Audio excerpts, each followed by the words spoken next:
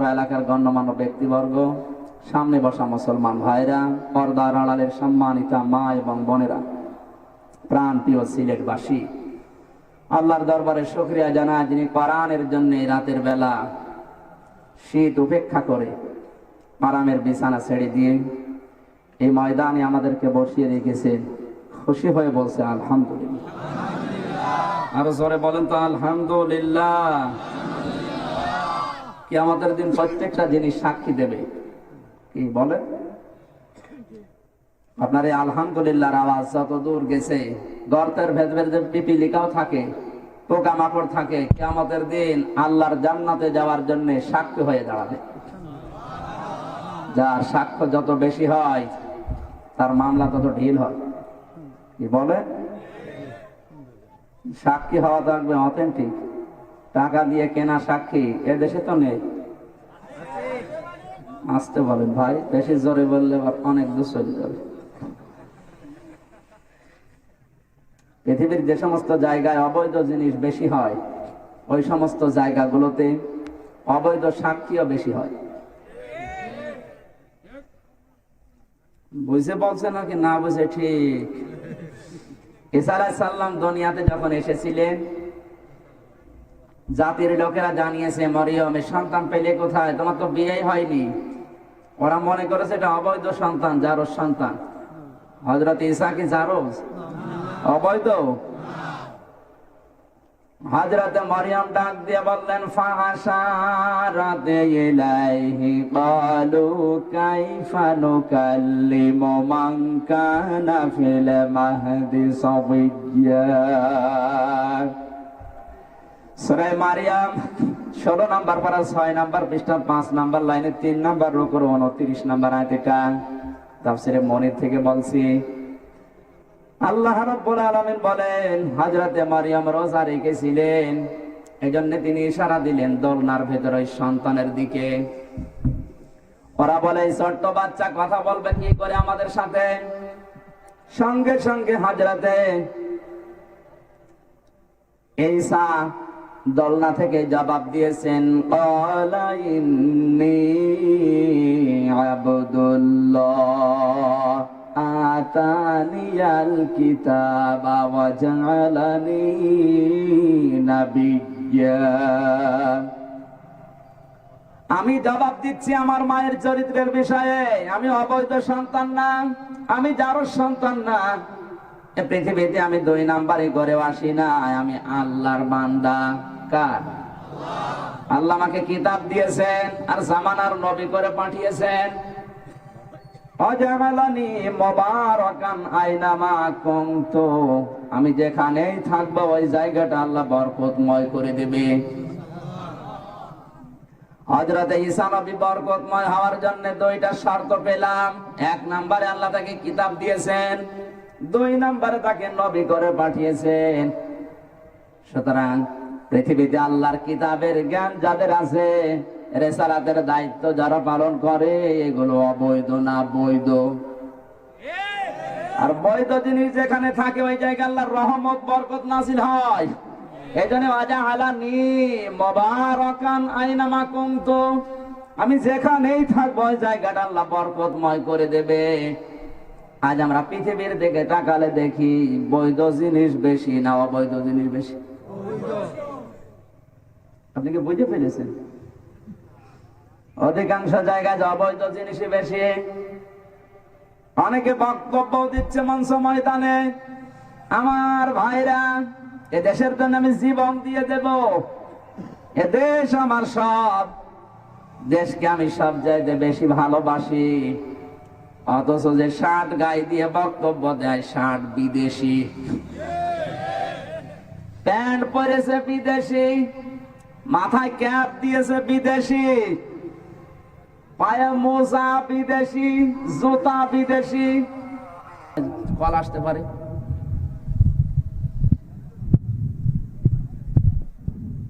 এখানে কথা অর্ধেক বসবে অর্ধেক বসবে না। সকালবেলা চাঁদ দোকানে গিবত করবে।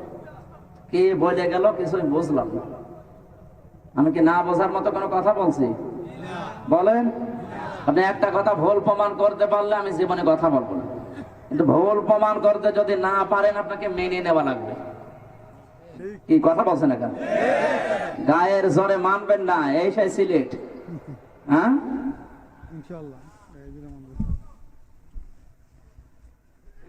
অবৈধ জিনিসের কথা বলছিলাম।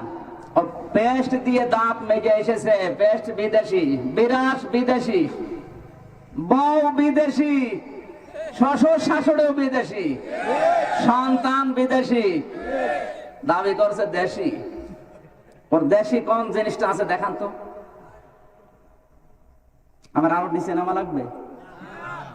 যদি না বোঝার ভান করে থাকেন আমি কিন্তু নিচেই নামবো। সব কিছুই বিদেশি ও দেশের পরিচয় দিচ্ছে, আমি দেশি। বৈধ জিনিস ছাড়া, অবৈধ ছাড়া ওরা কখনো মাথা উঁচু করে কথা বলতে পারে না। হযরত ঈসা বৈধ ছিলেন, দোলনার ভেতর থেকে মাথা উঁচু করে পরিচয় দিচ্ছেন, আমি অবৈধ না, আমি জারজ না, আমি আল্লাহর বান্দা। আল্লাহ আমাকে দুনিয়ায় নবী বানিয়ে পাঠিয়েছে, কিতাব দিয়েছে, আমি যেখানে থাকবো ওই জায়গাটা আল্লাহ বরকত দিয়ে ভরে দেবে। আমরা পৃথিবীর দিকে তাকালে দেখি অধিকাংশ জায়গায় অবৈধ জিনিস ভরে গেছে। তার এক নম্বরে অংশান সূচি। এই কোলাঙ্গার মহিলা অবৈধ না, না বৈধ? জন্মে ঠিক আছে, এত আসতে বলছে, অসুবিধা নেই। আপনাদের এলাকায় তো না, সেই চট্টগ্রাম রোহিঙ্গা, অনেক দূরে। সম্মানিত ভাইরা, হযরত ঈসা ডাক দিয়ে বলেন, আমার জাতির লোকেরা শুধু আল্লাহ বরকতময় মোবারকময় আমাকে করেন নাই, ওয়াউসানি বিসসালাতি ওয়াজ যাকাতি মা দুমতু হাইয়া। আমাকে আল্লাহ ওসিয়ত করেছেন, নির্দেশ দিয়েছেন, যতদিন আমি দুনিয়ায় বেঁচে থাকি ততদিন যেন দুনিয়ায় নামাজ পড়ি আর যাকাত দিয়ে দেই। পৃথিবীর বৈধ মানুষ যারা, ওরা আমার আল্লাহর হুকুম নামাজ আদায় করবে, সম্পদ থাকলে যাকাত দিয়ে দেবে। কিন্তু যারা অবৈধ সম্পদ উপায় করে, ওদের নামাজও নেই, যাকাতও নেই। কথা বলছে না কেন? খালি লুঙ্গি আর শাড়ি বিনোদন করলে যাকাত হয় না। যাকাতের যে মূল কোয়ালিটি, তার এক নাম্বার দারিদ্র মুক্ত সমাজ, দেশের জন্য ভূমিকা রাখা লাগবে যাকাতের। এইটাই যদি যাকাত রাখতে না পারি তো যাকাত দিয়ে আমি করবো কি? যাকাতের যে ভূমিকা ওজন এসে সমান করে দেবে। কাইলা এখন দৌলাতাম বাইনাল আগনিয়াই মিনকুম, আমি আল্লাহ চাই সবার কাছে টাকা পয়সা থাকবে, সবার কাছে খাবার থাকবে, শুধু আমি খেয়ে থাকবো আর বাদ বাকি না খেয়ে থাকবে, এটা আমি আল্লাহ চাই না। সূরা হাসর 28 নাম্বার পারা, 5 নাম্বার পৃষ্ঠা, 6 নাম্বার লাইনের 2 নাম্বার রুকু, প্রথম নাম্বার রুকু 7 নাম্বার আয়াতের মাঝের অংশে আছে। তাফসীরে তাবারি থেকে বলছি, আল্লাহ তাআলা বলেন, আমার ইচ্ছা এই সবাই খেয়ে থাকবে। আপনি প্রধানমন্ত্রী শেখ হাসিনাকে জিজ্ঞাসা করেন, তারও ইচ্ছা এই যে দেশের সব মানুষ খেয়ে থাকবে। কি নাকি শুধু আমার দলের লোক খাবে, বিরোধী দলের লোক না খেয়ে মরে যাবে, এই উদ্দেশ্য তার? এটা যদি থাকতো তাহলে মোড়ে মোড়ে ব্যানার টাঙানো থাকতো না। ক্ষুধা এবং দারিদ্র মুক্ত বাংলাদেশ গঠন করা আমাদের অঙ্গীকার। ইতি প্রধানমন্ত্রী শেখ হাসিনা লেখা থাকে না? বলেন, এইটার থিওরি তো এই আয়াত। উনি কোরআন দেখে দেখে সিদ্ধান্ত নিয়েছেন, আর আমরা ভুল বুঝি। আপনি হাসতেছেন কোন কারণে? উনি আয়াত দেখে কিন্তু সিদ্ধান্ত নিয়েছেন। নয়তো বঙ্গবন্ধুর দিকে তাকান, তিনি ধানমন্ডির 32 নাম্বার বাড়িতে বসে বসে কাজ করছিলেন, লেখালেখি করছিলেন। হয়তো গ্রাম্য একটা লোক কিছু ফল ফলাদি ফসলাদি নিয়ে ওনার কাছে গেছে। দারোয়ানকে বলে, ভাই এগুলো আমি বঙ্গবন্ধুকে খাওয়াবো, এর ভেতরে কোনো বিষ নেই, ফরমালিন দেওয়া নেই। দারোয়ান বলে, না তুমি এখানে দাঁড়াও, আমি অনুমতি নিয়ে আসি। দারোয়ান যে জিজ্ঞাসা করে, স্যার আপনার সাথে একজন এসেছে গ্রাম্য লোক, কিছু ফল ফলাদি দেখা করবে দিয়ে। হয়তো উনি কাজে ব্যস্ত ছিলেন, এই জন্য বলেছে দারোয়ান ওরা 20টা টাকা দিয়ে দাও। ও 20 টাকা নিয়ে চিন্তা করছে, দারোয়ানকে দিয়ে দেবো, ওই লোকটাকে দিয়ে দেবো। 20 টাকা 2 তলা থেকে নিচতলায় আসতে আসতে আল্লাহর ইশারা 10 টাকা হয়ে গেছে। এটা কি আল্লাহর ইশারা?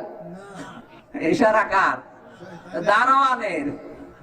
দারোয়ানের ইশারায় 20 টাকা হয়ে গেছে কয় টাকা বলেন? 10টা টাকা নিয়ে লোকটাকে বলে, ভাই বঙ্গবন্ধু আপনাকে 10টা টাকা দিল হাদিয়া। বলে, আমি তো এই টাকা নেওয়ার জন্য আসি নাই, আমি এসেছি আমার এই ফল ফলাদি ফসলাদি গুলো খাওয়াবো, আমি নিজের হাতে তৈরি করেছি, আপনি আমার নিয়ে চলেন। ও পরে গেছে, বলে, স্যার আপনার টাকা আমার লাগবে না, আপনি টাকা ফেরত নেন, আমি আপনাকে এসেছিলাম এই খাবার গুলো খাওয়াবো। বঙ্গবন্ধু বলে, বেটা তোমার আমি 20 টাকা দিলাম, কই আমরা তারাও তোমার 10 টাকা দিয়েছি। বঙ্গবন্ধু জবাই কামড় দিয়ে বসে, আল্লাহ, যেই দেশে 20 টাকা 2 তলা থেকে নামতে নামতে 10 টাকা হয়ে যায়, এ দেশ আমি সোনার বাংলা বানাবো কি দিয়ে? ঠিক তার পরে পরে তিনি ইসলামিক ফাউন্ডেশন গঠন করেছিলেন, জাতি যেন কোরআন পড়ে হাদিস পড়ে, কোরআন হাদিস পড়ে আমার আল্লাহর ভয় যদি জাতি অর্জন করতে পারে, যাদেরকে এই দায়িত্ব দেব, 20 টাকা 10 টাকা হবে না, 10 টাকা 20 টাকা হয়ে জনগণের হাতে যাবে। এই উদ্দেশ্য ছিল ইসলামিক ফাউন্ডেশনের, কিন্তু আজ সেটা সফল হচ্ছে না। নায়িকা নাচানো হয়, জোরে বলেন নাউজুবিল্লাহ।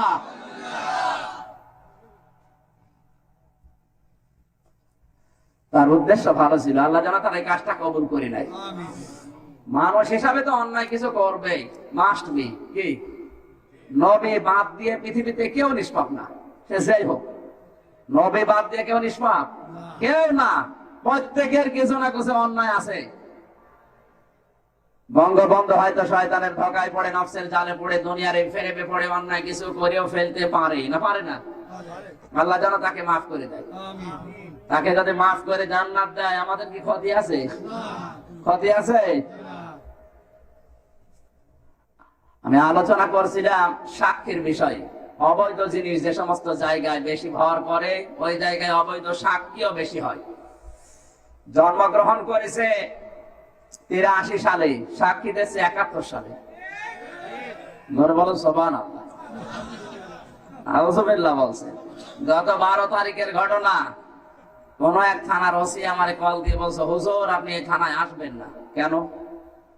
আপনার নামে কিছু লোক এসে লিখিত কমপ্লেন দিয়েছে সই করে যে আপনি চিহ্নিত দাগি রাজাকার। আপনি নাউজুবিল্লাহ পড়ছেন, শয়তান হাসবে না? আমি বললাম, ওসি সাহেব আপনি আমারে চেনেন? বলছেন না। আপনার নাম শুনেছি, আমির হামজা, মনে হয় বিশাল হুজুর হবে। আমার বয়স জানেন? বলছেন না। আমার জন্ম তারিখ 28/10/92, এখন আমার বয়স 25 বছর, আমার বাবা ওই সময় হয়নি। ওসি আমারে বলছে, হুজুর আপনি বলেন কি, আপনার বাবা ওই সময় হয়নি? আমার বয়স যদি 25 হয়, আমার বাবা 18 বছর বয়সে বিয়ে করেছে, আপনি হিসাব করে দেখেন, বাবা তখন পেটে ভেতরে। কথা বলছে না কেন? আমি শেষ পর্যন্ত বলে, হুজুর আফসোস, যে মানুষগুলো এসে আপনার নামে কমপ্লেন দিয়ে সই করে দিয়ে গেল, ও তো হিন্দু খ্রিস্টান না, সবই দাড়িওয়ালা মুসলমান। এই দাড়িওয়ালা এই লোকগুলোকে আপনি মুসলমান বলবেন না মুনাফিক? এ মুনাফিক তো সিলেটে নেই।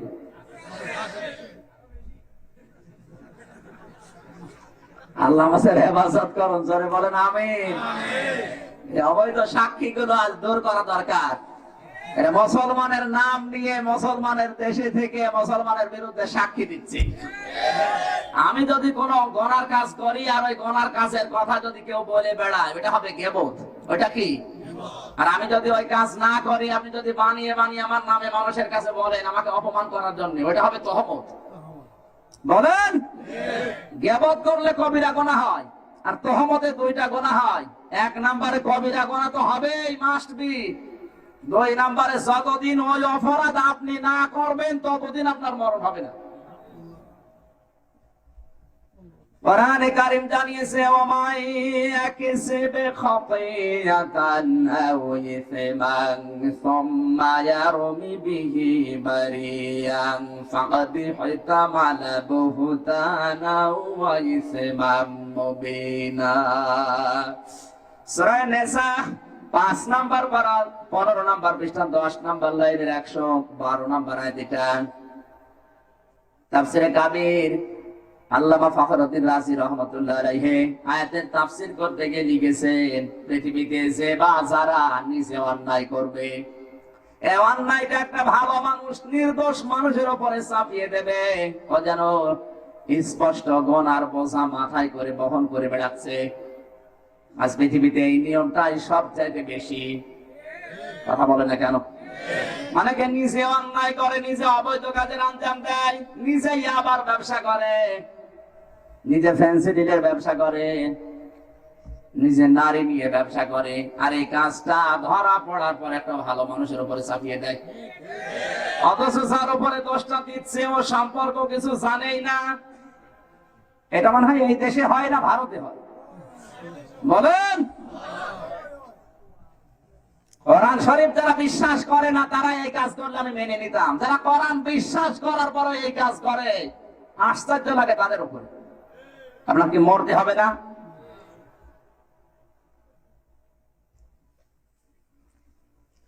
সম্মানিত ভাইরা, একটা মানুষ যদি 50 বছর হায়াত পায় দুনিয়ায়, 50 বছরে 50 মন গুনাহ করেছে, মরণের পরে যদি ওই গুনাহ তার মাথার উপরে চাপিয়ে দেয় তো মেনে নেওয়া যায়। কিন্তু একটা মানুষ 50 বছর হায়াত পেয়েছে, 50 মন গুনাহ করেছে, কিন্তু তার মাথার উপরে যদি 500 মন গুনাহ চাপিয়ে দেয়, এটা অবিচার না? অবিচার। এবার আমি বিচার করছি, এবার যদি কারোর সাথে মিলে যায় আমার কিন্তু কিচ্ছু করার নেই, নাকি আয়াত বাদ দিয়ে দেবো? বাদ দিয়ে দেবো? আল্লাহ রাব্বুল আলামিন ১৫০০ বছর আগে জানিয়েছে, ক্বাদ খাসিরাল্লাযীনা কাযযাবু বিলিকাইল্লাহ হাত্তা ইযা জাআতুহুমুস সাআতু বাগতাতান ক্বালু ইয়া হাসরাতানা আলা মা ফাররাতনা ফিহা। সূরা আনআম ৭ নম্বর পারা ১০ নম্বর পৃষ্ঠা ৬ নম্বর লাইনে ৪ নম্বর রুকু ৩১ নম্বর আয়াত। এটা কান লাগা ৩০ নম্বর আয়াত। তাফসীর ইবনে কাসির থেকে বলছে, আল্লাহ রাব্বুল আলামিন বলেন, ক্বাদ খাসিরা, অবশ্যই ক্ষতিগ্রস্ত হয়েই গেছে। মাঝির সিগা এটা, মাঝির আগে পথ দিয়েছেন আল্লাহ। সন্দেহ আছে আল্লাহর কথায়? তারপরেও শব্দ দিয়েছেন কি? যারা গ্রামার মতো জিজ্ঞাসা করেন, পদ গুরুত্বপূর্ণ একটা শব্দ দিয়েছেন, তাগিদ দিয়ে জানিয়েছেন অবশ্যই ক্ষতিগ্রস্ত হয়েই গেছে। কাযযাবু বিলিকাইল্লাহ, যারা আমার আল্লাহর সাথে সাক্ষাৎ করা লাগবে এই বিশ্বাস করে না। এই দেশে আছে না?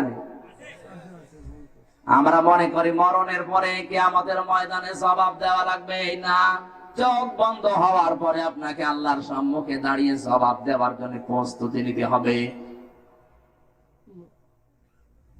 আজ আমরা সময় পাই না, এই যে জবাব দিতে হবে এই টেন্ডেন্সি জন্ম দিতে আমরা সময় পাই না।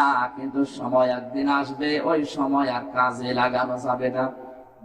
কি হাজার হাজার বছর সময় আপনি পাবেন চোখ বন্ধ হওয়ার পরে, কিন্তু কবরে এই সময় কাজে লাগবে। সময় কাজে লাগাতে হলে এখনই সময়। এই বিশ্বাসটা নিয়েছিল যারা, তাদের ভেতরে তাকান। খলিফাতুল মুসলিমিন হযরত ওমর দায়িত্ব নিয়ে বসে আছেন, তার সন্তান আব্দুল্লাহ এবং হযরত হুসাইন একই মাদ্রাসায় পড়ে। হযরত হুসাইন বারবার কলম ফেলে দিচ্ছে, আব্দুল্লাহকে বলে তুলে দাও। তিনবার তুলে দেওয়ার পরে চতুর্থবার জিজ্ঞাসা করে, হুসাইন বারবার কলম তুলতে বলো, আমি কি তোমার চাকর নাকি, খাদেম নাকি? হযরত হুসাইন বলে, আব্দুল্লাহ তুমি শুধু খাদেম না, তুমি খাদেমের বাচ্চা। খাদেম প্রেসিডেন্টের ছেলেকে কথা বলার মাথা ঠিক থাকবে? আপনি একটা মেম্বারের ছেলেকে বলে দেখেন তো, তাও বাংলাদেশের মতো জায়গা না। এই বাংলাদেশ 14টা জোড়া দিলে যত বড় হবে, সৌদি আরব একাই অত বড়। তাম পৃথিবীর অর্ধেক জায়গার মালিক হযরত ওমরকে আল্লাহ বানিয়েছিলেন।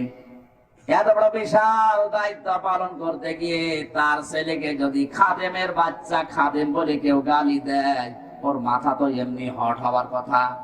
কি বাড়িতে যে বলে আব্বা আমি আর মাদ্রাসায় পড়বো না। কেন?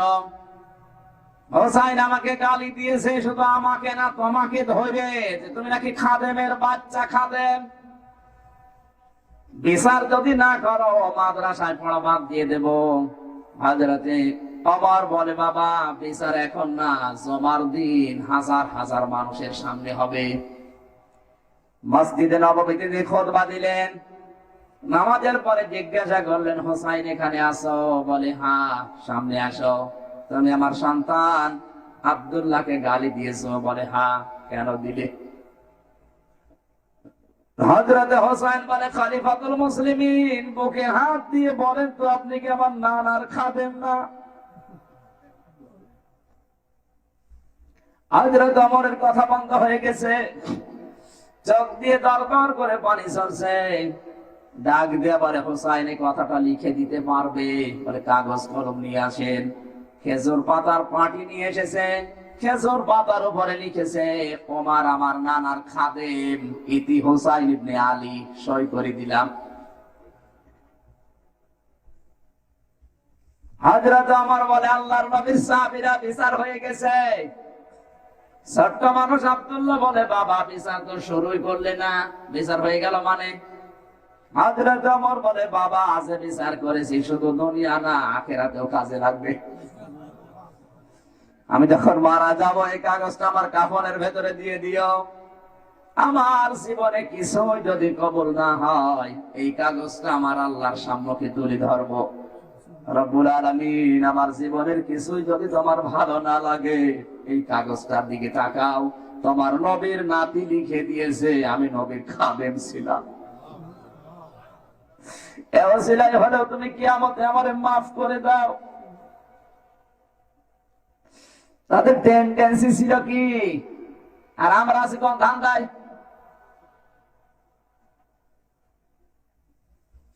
এই পৃথিবীতে যাদের জান্নাতের গ্যারান্টি নবীজি নিজে দিয়েছেন, আল্লাহর পক্ষ থেকে সার্টিফিকেট এসেছে, জানিয়েছেন তুমি জান্নাতি। নবীজি জানিয়েছেন আকাশের তারকা যদি কেউ গণনা করে একদিন না একদিন শেষ হয়ে যাবে, কিন্তু আমার মুসলমান হবার পরে যত নেকির কাজে আঞ্জাম দিয়েছে কিয়ামত পর্যন্ত মানুষ হযরত ওমরের নেকি গণনা করে শেষ করতে পারবে না। কোন পর্যায়ের মানুষ ছিল তারা? শুধু এতটুকুই না, বিশ্ব নবী বলেন এই পৃথিবীতে কেউ যদি নবী হয়ে আসে, আমি নবী বলছি ওমর আল্লাহর নবী হয়ে যাবে।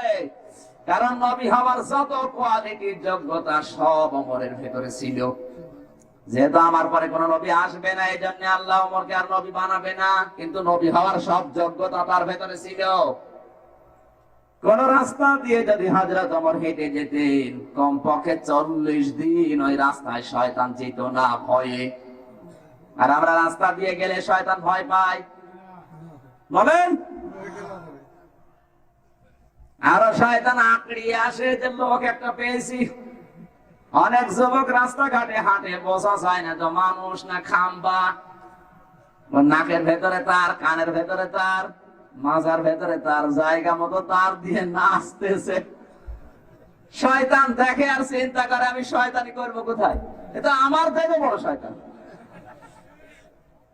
এই সিলেট, সুনামগঞ্জ, হবিগঞ্জ এই এলাকার মানুষ সব তো থাকে বেশিরভাগ বাইরে। এদের যে চুলের কাটিং, মাঝে মাঝে এদের দিকে তাকালে মনে হয় না যে এরা মানুষ না ব্রাজিল। এদিকে চুল নেই, এদিকে চুল নেই, মাঝখানে ফাঁকা, পেছনে বড় বড় চুল রেখে মোবাইল নাম্বার, হোল্ডিং নাম্বার লিখে দেয়। শয়তান দেখে আর চিন্তা করে আল্লাহ তুমি আমারে শয়তান নিয়েছো, এটা আমার ভাইরা ভাই।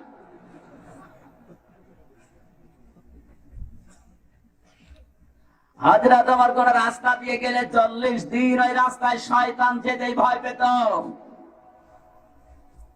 আল্লাহর নবী তাদের জীবদ্দশায় পরীক্ষা নিয়েছেন ইবাদতে, আর প্রত্যেকটি ইবাদতে তারা উত্তীর্ণ হয়েছে।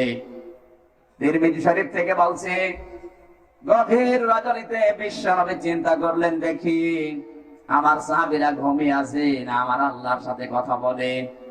রাত 12টার পরে বিশ্ব নবী হযরতে আবু বকরের বাড়িতে গেলেন। তাকিয়ে দেখেন আবু বকর ঘুমিয়ে নেই, তাহাজ্জুদের নামাজে সূরা ইয়াসিন তেলাওয়াত করছেন। ইয়াসিন ওয়াল কুরআনিল হাকীম ইন্নাকা লামিনাল মুরসালিন আলা সিরাতিম মুস্তাকিম। জোরে বলেন আল্লাহু আকবার। নবীজি বলেন অনেকক্ষণ দাঁড়িয়ে তার তেলাওয়াত শুনলাম, মনটা ভরে গেল। আল্লাহর কাছে ডাক দিয়ে বললাম, রব্বুল আলামিন তুমি তাকিয়ে দেখো, যেই লোকটা দাঁড়িয়ে তাহাজ্জুদের নামাজে কোরআন তেলাওয়াত করছে এটা সাধারণ মানুষ না। ওরা আরব জাহানের ভেতরে 13 জন ধনী মানুষ আছে, তার ভেতরে হযরত আবু বকর 3 নম্বরে। এত বড় বিশাল ধনী, বিশাল নাম করা মানুষ তোমার সেজদা দেওয়ার জন্য দাঁড়িয়েছে, আমার আর কোনো আফসোস নেই। মনের ভেতরে যত কামনা বাসনা আছে আমি আবু বকরের জন্য দোয়া করে দিলাম। নবীজি ওখান থেকে গেলেন হযরত ওমরের বাড়িতে, যে দেখেন হযরত ওমর গলা ফাটিয়ে তেলাওয়াত করছে, আর রহমানু আল্লামাল কুরআন খালাকাল ইনসানা আল্লামাহুল বায়ান। অনেকক্ষণ দাঁড়িয়ে তেলাওয়াত শুনলেন, কলিজাটা ভরে গেল। ডাক দিয়ে বলে, রব্বুল আলামিন যে লোকটা দাঁড়িয়ে তাহাজ্জুদের নামাজ আদায় করছে এটা কিন্তু সাধারণ মানুষ না, ওই টপ টেরর, খনি চাঁদাবাজ মাস্তান, যার নাম শুনলেও মানুষ পানি খায়। এত বড় ভয়ঙ্কর লোক আজ তোমাকে সেজদা দিচ্ছে। তায়েফের ময়দানে আমার রক্ত ঝরেছে, আমার আফসোস নেই। আমার মাথার ভেতরে গোড়া ঢুকেছে, আমার দুঃখ নেই। আমার দাঁত পড়ে গেছে, আমার অসুবিধা নেই। ওমরের মতো মানুষ তোমার সেজদা দিচ্ছে, এতে আমি খুশি। রব্বুল আলামিন তোমার কাছে দোয়া করি, দুনিয়া আখিরাতের সব মঙ্গল তুমি ওমরকে দিয়ে দাও। ওখান থেকে গেলেন নবীজি মসজিদে নববীতে, ফজরের নামাজ আদায় করে বললেন সাহাবীরা, যে যার কাজে চলে যাও। আবু বকর, ওমর একটু বসো, কথা আছে। তোমাদের বাড়িতে আমি রাতের বেলা গিয়েছিলাম। হযরত আবু বকর বলে, হুজুর কোন সময় গিয়েছেন টের পাইনি, বেয়াদবি মাফ করে দেন। আল্লাহর নবী বলেন, আবু বকর বেয়াদবি না, আমি দেখতে গিয়েছিলাম তোমরা ঘুমিয়ে থাকো না, আল্লাহর সাথে গল্প করো। ও আবু বকর, দেখলাম তুমি ঘুমিয়ে নেই, তাহাজ্জুদের নামাজে সূরা ইয়াসিন পড়ছিলে। কিন্তু আমার প্রশ্ন একটা, তুমি খুব মৃদু স্বরে, আস্তে আস্তে ক্ষীণ স্বরে পড়ছিলে, একটু জোরে আওয়াজ দিয়ে পড়লে না কেন? হযরত আবু বকর চোখের পানি ফেলে দিয়ে বলে, ইয়া রাসূলুল্লাহ, আসমাইতু ওয়া নাজাইতু, আমি যাকে শোনার ইচ্ছা করেছি ওই আল্লাহকে শুনিয়ে দিয়েছি। আমি তো দুনিয়ার কারোর জন্য তাহাজ্জুদ পড়ি না, আমি যে আল্লাহর জন্য তাহাজ্জুদের নামাজে দাঁড়িয়ে পড়ছিলাম। ইয়ালামুস সিররা ওয়া আখফা, যিনি আস্তে বললেও শোনে, জোরে বললেও শোনে, ওই আল্লাহ শুনলে চলবে। নবীজি বলেন, আমার তোমার বাড়িতে গিয়ে দেখি তুমি এত জোরে তেলাওয়াত করছিলে, বহুদূর থেকে শোনা যাচ্ছিল, একটু আস্তে আস্তে পড়ি না কেন? হযরতে ওমর চিন্তা করলেন, আবু বকর বলেছে একটা ফায়দার কথা, আমি বলবো 2টা ফায়দার কথা। কারণ এই দুইজন সারা জীবন নেকি কামাই করার প্রতিযোগিতায় ছিল। আমরাও প্রতিযোগিতায় আছে, আর একতলা আছে, আমি কিভাবে 2 তালা করবো? না এই এলাকায় সব নেই। কোরআনে কারীম জানিয়েছে, খিতামুহু মিসকু ওয়া ফি যালিকা ফালইয়াতানাফাসিল মুতানাফিসুন। যে জান্নাতের ঢাকনাগুলো যেখানে ঢেকে রাখা আছে মিসকু আম্বর দিয়ে, ওই জান্নাত পাওয়ার জন্য একে অন্যের সাথে প্রতিযোগিতা করো। কে বলছেন? জোরে বলেন। আজ আমরা হিংসা করি একে অন্যের সাথে, এই নিয়ে ওর 2 বিঘা জমি আছে, আমি কিভাবে 4 বিঘা বানাবো, অসুবিধা নেই। কিন্তু ওর না হোক, যা হচ্ছে আমার হোক, এটার নাম হিংসা। যা হবে আমার হোক, ওর পাশের বাড়ি যেন 1 কাটাও না হয়, এটার নাম কি? এই হিংসা সিলেটে আছে না নেই? বলেন। উপন্যাসে পড়েছিলাম, এক গ্রাম্য লোক চাষ করতে গেছে, নাঙ্গলের ফালের উপর একটা পাথর পেয়েছে। পাথরটা যেই ঘষা দিয়েছে, হঠাৎ করে বেরিয়েছে এক দৈত্য। ডাক দিয়ে বলে, মালিক আপনার কি চাই? যা চাবেন তাই পাবেন, কিন্তু আপনাকে যদি 10 টাকা দেয়, পাশের বাড়িতে থাকবে তার 20 টাকা হবে। বলছে, আমার দরকার নেই, কষ্ট করে আমি পাথর পেয়েছি, আমি ঘষা দেওয়ার পরে 10 টাকা পাবো, আর পাশের বাড়ির লোক না আছে এই 20 টাকা দরকার নেই, থাক। পাথর নিয়ে বাড়িতে গেছে, স্ত্রীকে বলে, সাবধান, এ পাথরে ঘষা যেন না লাগে, এ কুদরতের পাথর। স্ত্রীর কাছে বলে, ঘরের ভেতরে রেখে দাও, আমি মাঠে গেলাম। স্ত্রী চিন্তা করছে, ঘষা যেন বলেন, মেয়েদেরকে আপনি যেই কাজ নিষেধ করবেন গোপনে সেটা বেশি করবে। ও বলেছে ঘষা যেন না লাগে। স্বামী বাড়ি নেই, আস্তে করে পাথর বের করে দিয়েছে এক ঘষা। দৈত্য বের হয়ে বলে, মালিক কি চাই? কি চাই বোঝো না? সারা জীবন ভাঙ্গা ঘরে আছি, আমি একতলা বাড়ি চাই। দিলাম একতলা করে, পাশের বাড়ি চা সবই 2 তলা। ও মাঠ থেকে বাড়ি এসে দেখে ঘর নেই, বাড়ি নেই, গেল কোথায়? বহু কষ্ট করে বাড়িতে গেছে। স্ত্রীকে বলে, সে পাথর কই? বসে, ঘষা দিয়ে ফেলিস।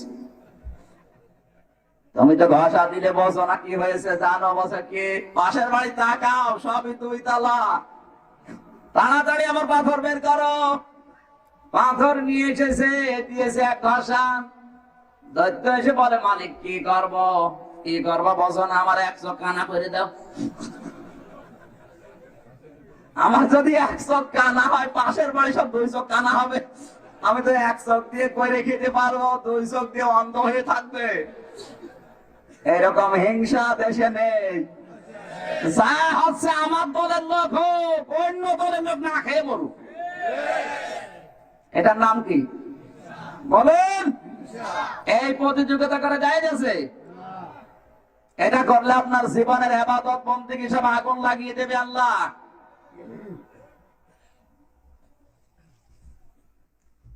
তারা 2 জন প্রতিযোগিতা করেছে একে অন্যের সাথে নেকি কামাই করা। 2 রাকাত নামাজ পড়ে, আমি কিভাবে 4 রাকাত নামাজ পড়ে আমার আল্লাহর আরো নিকটে যাব। যদি 2 টাকা দান করে, আমি কিভাবে 4 টাকা দান করে আমি আল্লাহর আরো নিকটে যাব। এই ছিল তাদের প্রতিযোগিতা। হযরত ওমর চিন্তা করেন, আবু বকর বলেছে, একটা ফায়দার কথা আমি বলবো 2টা। ডাক দিয়ে বলেন, হে রাসূল, আমি জোরে পড়লাম এই কারণে, আমি আপনার মুখেই শুনেছি কোরআন তেলাওয়াতের আওয়াজ যত দূর যায় অত দূর শয়তান থাকে না। আমি জোরে তেলাওয়াত করে শয়তান তাড়িয়ে দিলাম।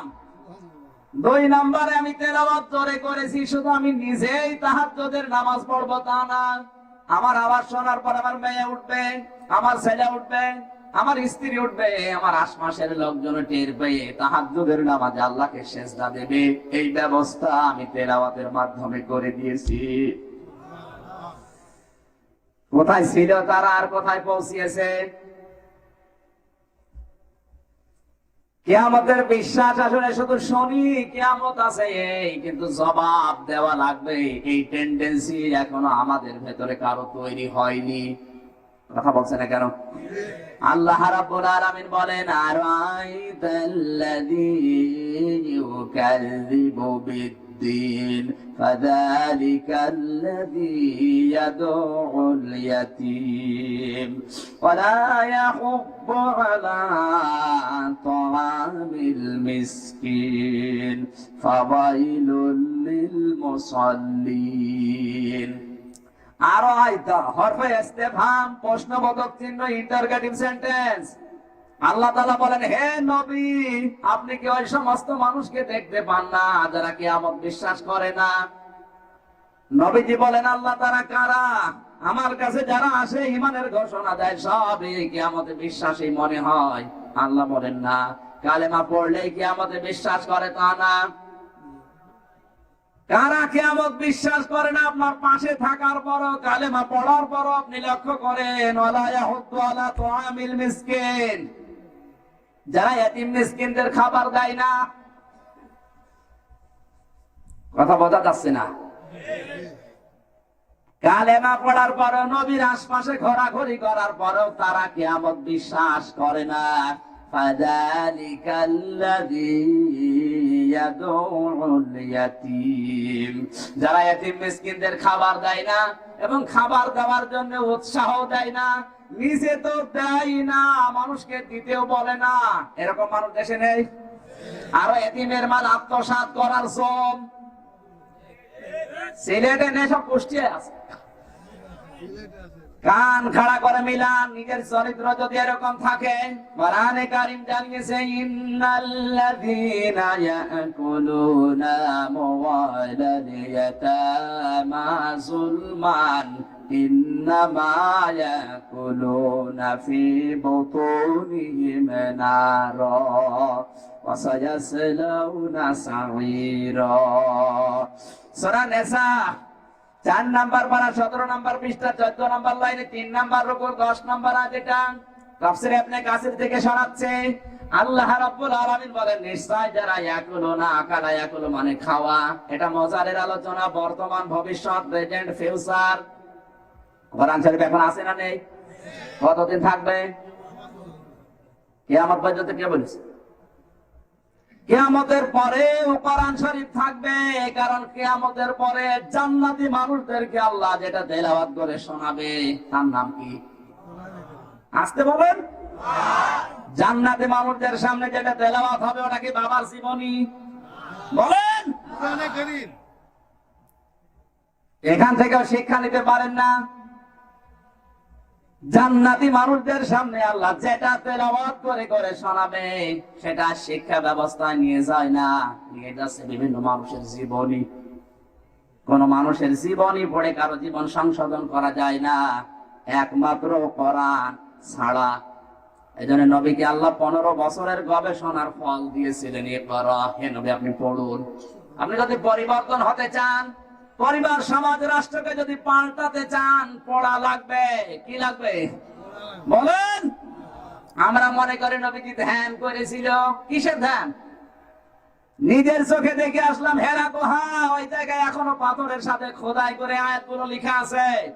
আল্লাহর নবী 15 বছর তিনি গবেষণায় লিপ্ত ছিলেন। আমার এই জাতি, এই পরিবার, এই সমাজ, এই রাষ্ট্রকে আমি কিভাবে উদ্ধার করব, 15 বছরের গবেষণায় আমার আল্লাহ তাকে দিলেন। ইকরা, পড়ুন।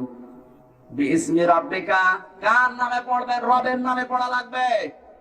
সুতরাং 96% মুসলমানের দেশে শিক্ষা ব্যবস্থা রবের নামে করা লাগবে। আছে এটা? এটা কি রাজনীতি? এরপরেও যদি কেউ অন্যদিকে নিয়ে যায়, বুঝবেন ওটা মুসির নজর সবসময় সুতার দিকে। দেখবেন মুসি যারা, ওরা তাকিয়ে থাকবে কার জুতায় কালি নেই, কার জুতার ফিতা ছিঁড়া। আপনি কি মুসি? আমি তো কোরআন বোঝাচ্ছি, কথা বলছে না কেন? যাদের মগজের ভেতরে শুধু রাজনীতি রাজনীতি, ওরা কিন্তু আয়াত শুনলেই মনে করবে হুজুর আবার ওইদিকে যাচ্ছে, আমি ওইদিকে যাবো কেন? আমি কি ভোট করতে এসেছি? আমি কি রাজনৈতিক লিডার? কোরআনের ভেতরে যা আছে ওইগুলো ব্যাখ্যায় আল্লাহ যখন যে ফোর্স দিয়েছে ওই ফোর্সে বলতে গেলে আপনার ভেতরে যদি সমস্যা থাকে লাগতেই পারে। কথা বলতে লাগেন। গত বছরে খুলনা এক মাহফিলে, গত বছর সভাপতি সাহেব আমার কানের কাছে মুখ নিয়ে বলছে, হুজুর স্বামী স্ত্রীর গন্ডগোল কেন হয় বলেন তো? ঠিক আছে বলছে। সূরা নিসার 34 নম্বর আয়াতের ব্যাখ্যা করলাম। এখন ওনার সাথে ওনার স্ত্রীর গন্ডগোল হয়েছে দিনের বেলা, হাতাহাতি মারামারি আমি জানি না। রাতের বেলা খাবারের ব্যবস্থা ওনার বাড়ি, আমি খেতে গেছি, আমার দিকে তাকিয়েছে। কি হয়েছে ভাই? হুজুর আমার বউর সাথে আমার গন্ডগোল, মারামারি, হাতাহাতি আপনি জানলেন কি করে? কি করে জানলেন? বলছেন না, আপনি যা যা বললেন সব আজকে আমার হয়েছে। হ্যাঁ, আমারে কেউ বলে দিয়েছিল। আমারও বলেছে কে? ১৫০০ বছর আগে কোরআনে কারীম আল্লাহ নিজে জানিয়েছেন স্বামী স্ত্রীর গন্ডগোল কেন হয়। কি বলেন?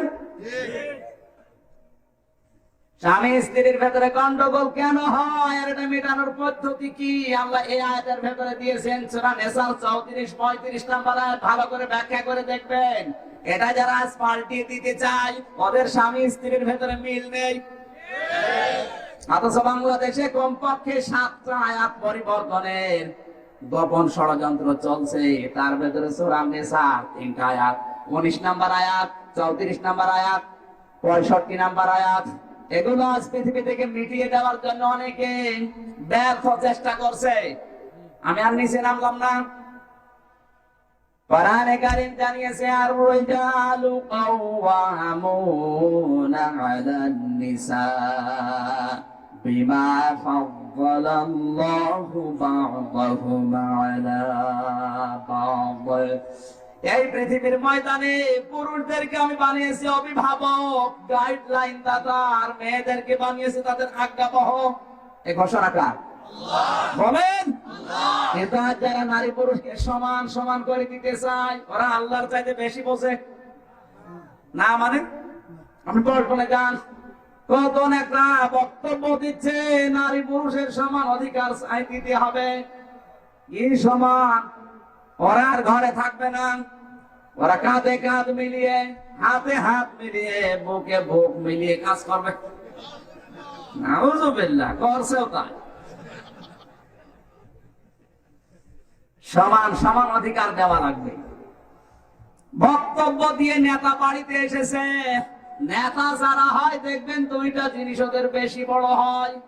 এ দেশের কথা বলছি না, অন্য দেশে আছে, একটা গোপ আর একটা পেট। বেশি বললাম, আপনি দেখবেন অধিকাংশ নেতা যারা ওদের এই দুইটা জিনিস বড় হয়, মোষ বড় হবে না পেট বড় হবে। এত বড় বড় মোষ হয় জেনারেল ওসমানের মতো। আপনারা বানানো কিছু মনে করেন, জেনারেল ওসমানের মোষ কত বড় দেখেছেন? মানে পাকিয়ে মোষ রাখে, যেটা রাখার দরকার ওই জিনিসগুলো রাখে না, অকাজ রেখে দিয়েছে। একসাথে কিছু বুদ্ধিজীবী আসে, বুদ্ধিজীবী আর শুধু গোপ, মনে হচ্ছে যখন কথা বলে বিড়ালের মতো মুখ করছে।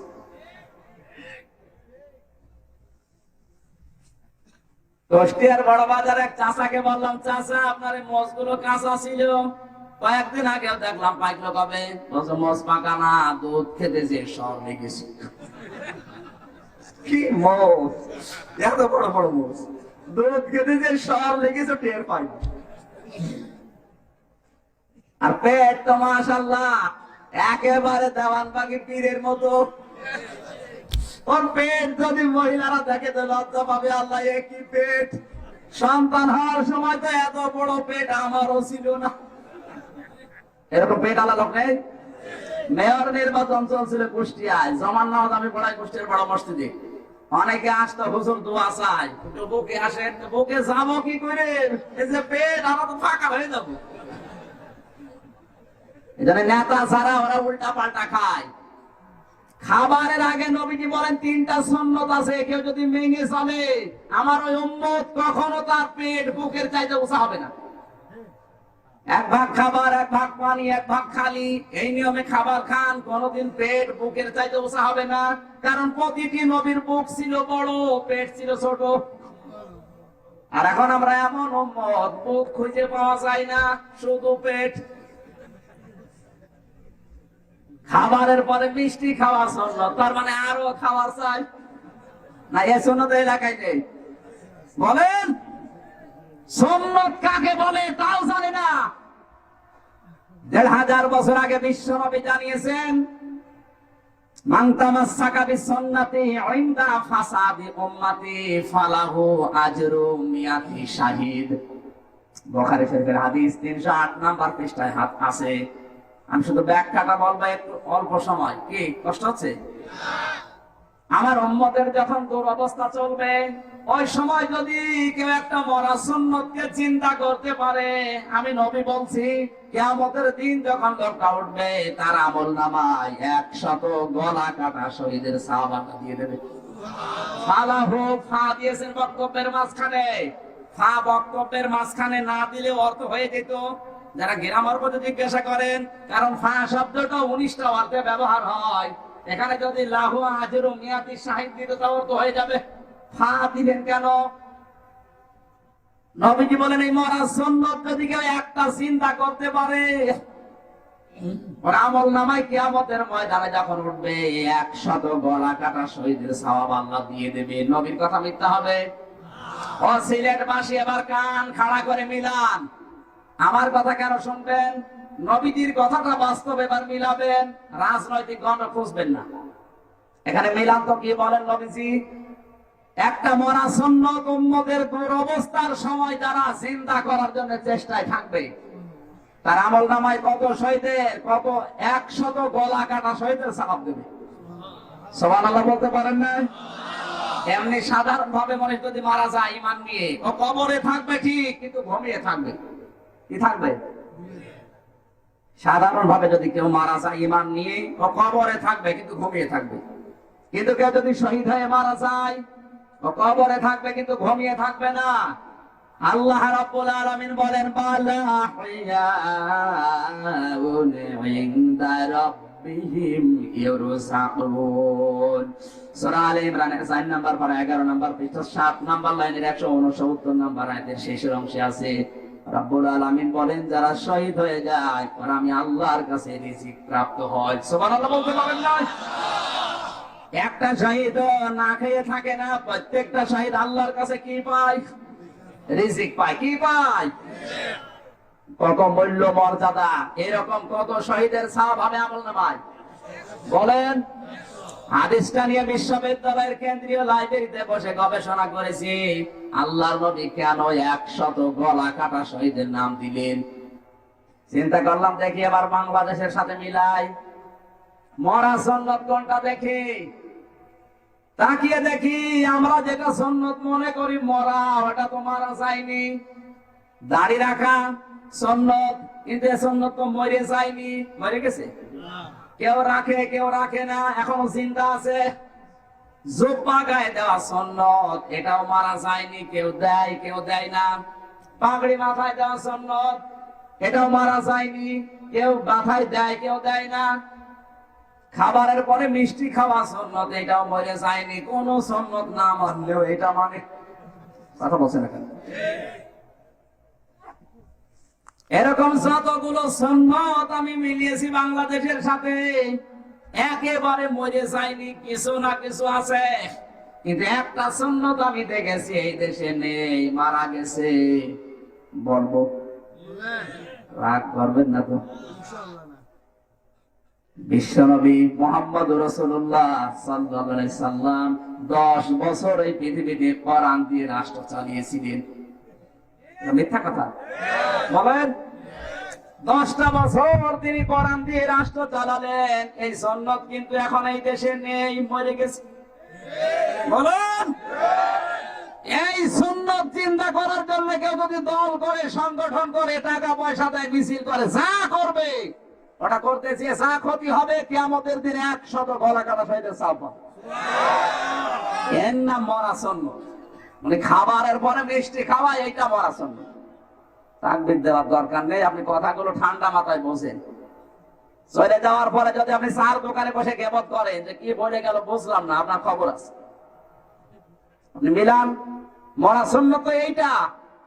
একটা বিধান যেখানে চলে না, সেই দেশে মারামারি হয় দাড়ি নিয়ে, টুপি নিয়ে আর আমিন বলা নিয়ে। আরে ভাই, আপনার মরণের পরে প্রশ্ন হবে সিলেবাসের ভেতর থেকে। আপনি মরণের পরে আল্লাহ পাক আপনাকে জিজ্ঞাসা করবে না আমিন জোরে বলিস না আস্তে বলিস, বলবে? বলেন? আপনাকে জিজ্ঞাসা করবে না হাত মুখে বেঁধেছিস না নাভিতে বেঁধেছিস। কাবা শরীফে 45 দিন মক্কা মদিনায় ছিলাম, আমিন বলা নিয়ে, হাত বাঁধা নিয়ে কোনো মারামারি নেই। যত গন্ডগোল সব বাংলাদেশে। কেউ আহলে হাদিস, কেউ আহলে কোরআন, কেউ হানাফি, কেউ হাম্বলি। যশোরের অভয়নগরে একবার মারামারি হচ্ছিল আমিন বলা নিয়ে। এক লোক রাস্তা দিয়ে মেয়ের বাড়ি যাচ্ছে, বলে তুই জোরে আমিন না আস্তে আমিন। চিন্তা করছে আমি যদি জোরে বলি সামনে আছে আস্তের লোক, আমার মারবে। কায়দা করে বলছে ভাই আমি নামাজি পড়ি না। কি করবে? আপনি হাসতেছেন। বলছে ভাই আমি নামাজি পড়ি না, কিসের আমিন? এই নিয়ে আজ দল বিদলে বিভক্ত হয়ে যাচ্ছে। অথচ ফরজ নামাজই নেই। নেতা বক্তব্য দিয়েছে কোরআনের আয়াতের বিরুদ্ধে চলে যাচ্ছে, নারী পুরুষের সমান অধিকার না, আর আল্লাহ নারীদের অধিকার আরো বেশি দিয়েছে। বাড়িতে এসে স্ত্রীকে বলে দেখো আমার পেটে তো ব্যথা, স্ত্রী বলে পেটে ব্যথা ডাক্তারের কাছে যাও, ডাক্তার বলে না তোমার আন্দাজে ঔষধ দেওয়া যাবে না, পেটের যে সাইজ ডায়াবেটিস আছে কিনা দেখা লাগবে, সকালবেলা বাসি পোশাক করে নিয়ে আসবা, পোশাক করে রেখে দিয়েছে সকালে নিয়ে যাবে। আল্লাহর ইশারা আর স্ত্রী ঘর ঝাড়ু দিতে গিয়ে ছাতা গেছে পড়ি, চিন্তা করছে আমার স্বামী এমনি আমার পিটাই যে জল্লাদ, আজকে তো মেরেই ফেলবে, ভয়ের চোটে তাড়াতাড়ি করে নিজে পোশাক করে রেখে দিয়েছে, অত টের পাইনি। নেতা নিয়ে গেছে ডাক্তারের কাছে, ডাক্তার পরীক্ষা করে একবার ওর মুখের দিকে তাকায়, একবার পোশাকের দিকে তাকায়। নেতা বলছে ডাক্তার সাহেব রোগ কি খুব কঠিন? ডাক্তার বলে রোগ কঠিন কিনা জানি না, চিন্তা করছে জিনিস ঢুকলো কি করে, হাসির করা কিনা, এ জিনিস তো তোমার ঢোকার কথা না। নেতা তো পাগল হয়ে গেছে, মনে হচ্ছে রোগ আমার খুবই কঠিন, আমি আর বাঁচবো না। ডাক্তার সাহেব ভালো করে বলেন আমার কি হয়েছে? কি হয়েছে বলতে পারবো না, কেবল 9 মাস। 9 মাস মানে বলে এই রিপোর্ট এই পোশাক, আমি বলি না রিপোর্টে বলে। এক দলে বাড়িতে গিয়ে স্ত্রীকে বলে স্ত্রী আমার 9 মাস, মানে এই দেখো রিপোর্ট, আমার আর বেশি দিন বাকি নেই, মাত্র 1 মাস 10 দিন বাকি আছে। তোমার তো পরপর 3টা সন্তান হয়েছে, সন্তান জন্ম দেওয়া কত কঠিন তুমি তো জানো, আমার একটু বলো তো কেমন কষ্ট লাগে। স্ত্রী বলছে নেতা সমান অধিকারের নাম নিয়ে পল্টনের ময়দানে লাফাচ্ছিলে, এই তোমার সমান অধিকার? 9 মাস তোমার না, 9 মাস আমার, আমি রেখে দিয়েছিলাম ওই পোশাক। সমান অধিকার যদি দিতে চাও, 3টা সন্তান আমি পেটে নিয়েছি, এটা তোমারে নেওয়া লাগবে, এর নাম সমান অধিকার। কঠিন কঠিন বিষয় আমাদেরকে দাও আর সহজ গুলো তোমরা নাও, এর নাম সমান অধিকার। সূরা বাকারার 164 নম্বর আয়াতের মাঝের অংশটা পরিবর্তনের চেষ্টা চলছে। আন্নাল কুওয়াতা লিল্লাহি জামিআ, সব ক্ষমতার উৎসকে। আজ এই দেশে একটা থিওরি চালু করেছে ক্ষমতার উৎস জনগণ। এ বিশ্বাস অনেকের ভেতরে আছে না নেই? কার ভেতরে আছে হাত তোলেন তো। ওই যে একজন হাত তুলেছে।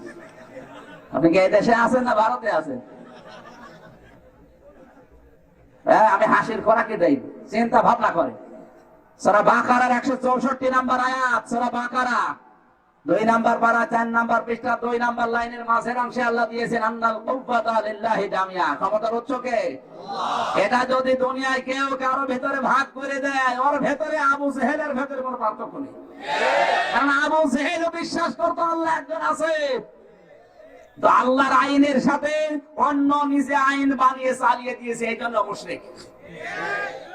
খুব ভালোভাবে জানতো আল্লাহ একজন আছে। এত বদরের ময়দানে যেদিন যাচ্ছিল, কাবা শরীফের এই মুলতাসাম যে জায়গাটা, কাবা শরীফের দরজার হাজরে আসওয়াদ পাথরের মাঝখানের জায়গাটা ধরে কন্দন করছিল, রব্বুল আলামিন কাবার মালিক তুমি একজন আছো আমি জানি, মুহাম্মদের বিরুদ্ধে যুদ্ধে যাচ্ছে, সত্যের পক্ষে যারা আছে তাদের তুমি বিজয় দিও।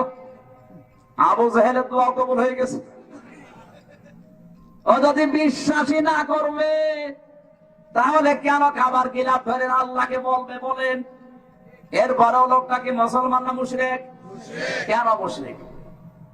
তো বিশ্বাস করে যে আল্লাহ একজন, ওমায়ুমিনু আকসারুহুম বিল্লাহি ইল্লা হুম মুশরিকুন।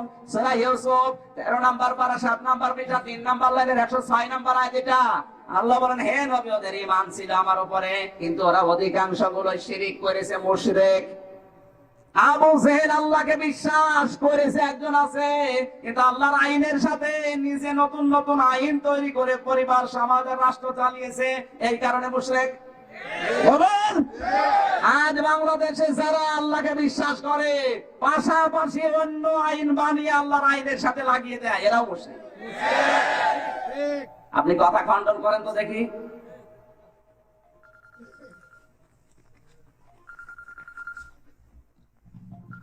সম্মানিত ভাইরা, ষড়যন্ত্র যেটা চলছে এটা ব্যর্থ হবে, কারণ আল্লাহর কোরআন হেফাজত করবে আমার আল্লাহ। জোরে বলেন তো কে? ইন্না নাহনু নাযালনা যিকরা ওয়া ইন্না লাহু লাহাফিজুন। আমি আল্লাহ নিজে নাযিল করেছি আমার এই কোরআন শরীফ, আমি নিজে এর হেফাজত করব। জোরে বলেন সুবহানাল্লাহ। আমরা আলোচনায় বোঝাচ্ছিলাম কি বলেন তো, সাক্ষীর কথা। অবৈধ জিনিস যেখানে যত বেশি হচ্ছে, অবৈধ সাক্ষী সেখানে তত বেশি বাড়তেছে। কথা বলে না কেন? মরণের পরে যে সাক্ষীগুলো আপনার একটা একটা করে সিরিয়াল দেবে, একটা ওভারটেক করতে পারবেন না। এক নম্বরে আপনার সাক্ষী হয়ে দাঁড়াবে আপনার এই মুখ। আল্লাহ রাব্বুল আলামিন বলেন, আল-ইয়াওমা নাখতিমু আলা আফওয়াহিহিম ওয়া তুকাল্লিমুনা আইদিহিম ওয়া তাশহাদু আরজুলুহুম বিমা কানু ইয়াকসিবুন। সূরা ইয়াসিনের 65 নম্বর আয়াত। তাফসীরে ইবনে কাসির থেকে বলছে, আল্লাহ পাক বলেন, কিয়ামতে যেদিন বিচার শুরু হবে, সঙ্গে সঙ্গে ওর মুখের উপরে তালা লাগিয়ে দেব, সিলাই করে দেব।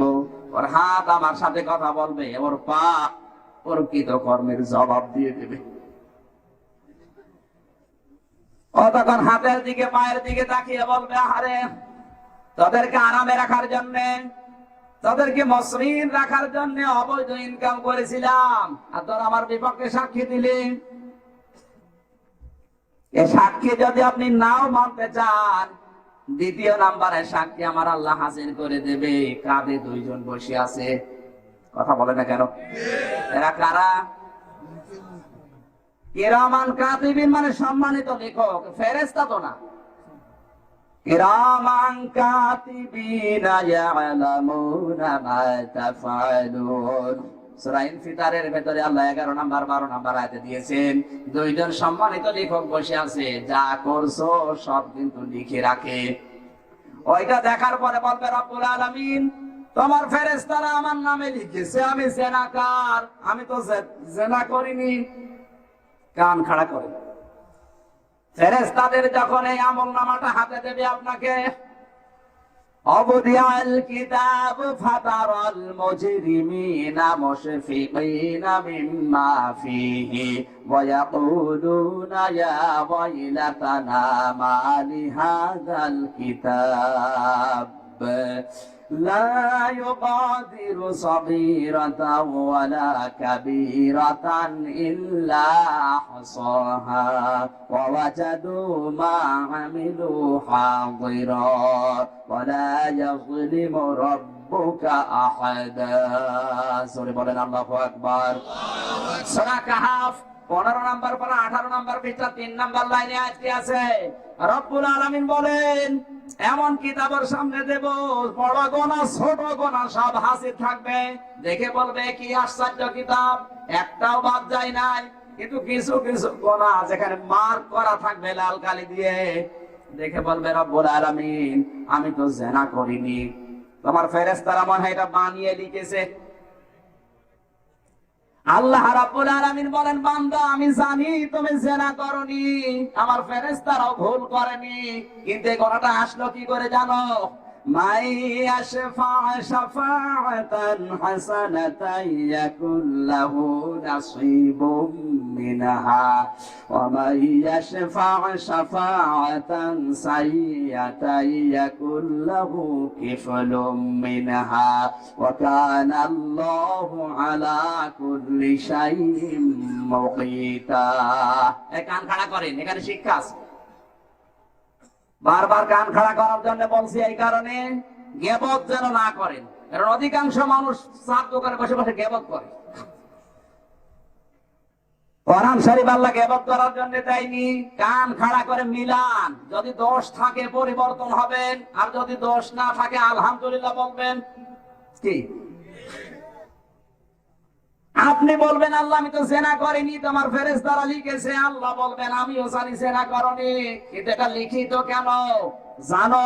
এই পৃথিবীতে যে আয়াতটা পড়লাম, ওটা সূরা নিসা 5 নাম্বার পারা 10 নাম্বার পৃষ্ঠা 10 নাম্বার লাইনের 85 নাম্বার আয়াত।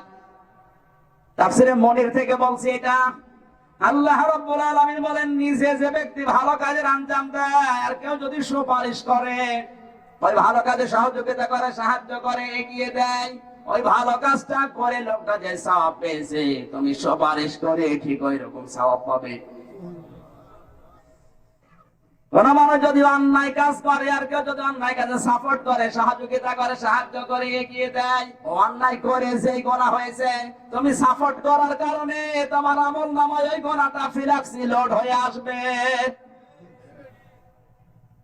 আপনি হয়তো জেনা করেননি, আল্লাহ জানে, আপনি নিজেও জানেন যে কোনদিনে জেনা আমি করিনি, কিন্তু জেনার গোনা লিখিত এই জন্য আপনি এমন মানুষকে ভোট দিয়েছিলেন, রায় দিয়েছিলেন, এমন মানুষকে ক্ষমতায় পাঠিয়েছিলেন যে লোকটা মেম্বার, এমপি, চেয়ারম্যান, মেয়র হওয়ার পরে এলাকায় যাত্রা দিয়েছিল।